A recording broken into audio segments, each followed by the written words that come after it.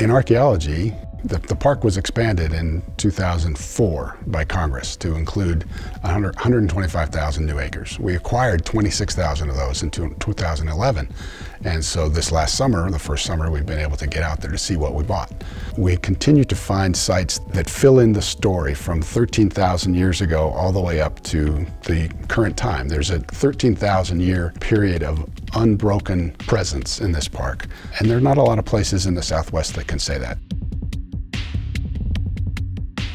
As the park archaeologist, my job is kind of focused on managing the archaeological resources in the park. So we have archaeology, everything from large pueblo structures like you might see in the park, pueblo, to small lithic scatters, to historic structures, roads, trails, things like that. And my job is to go out and first of all make sure that they're in good condition, or that the Park Service is doing everything that we can to maintain them in good condition. To try to encourage research and to do research of my own, as well as to go out and inventory for new archaeology. Primarily what we've been doing now is looking at areas of high potential or high impacts. So places where you might have erosion coming through that might be washing things out, or large ridge crests or overlooks that are high potential for archaeological sites. Well, I think that there's some pretty incredible petroglyph sites that are in the expansion lands. I think it's a really interesting resource that we can then go out and try to learn more about. This is one of the examples of some of the many petroglyph panels that we are starting to find in the expansion lands of Petrified Forest. We've known about this site for just over a year, but it's just one of many. And almost every day that we go out, we'll find new sites and new petroglyph sites out here.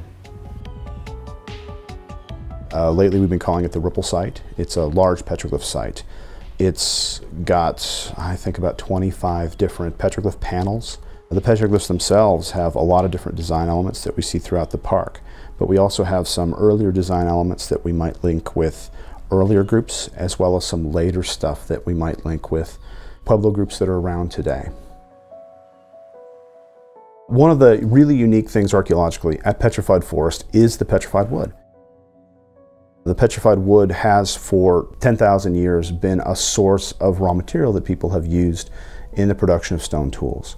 We have arrowheads that are actually made out of petrified wood. The wood itself is actually a good material to chip into stone tools. So one of the things that we see is these beautiful projectile points that are actually made out of petrified wood. Northern Arizona has had a long history of occupation. Since the last ice age, people have been living here. What's special about Petrified Forest is that we've managed to preserve this record. So for the last 13,000 years, we have a record of people living and working and surviving here at Petrified Forest.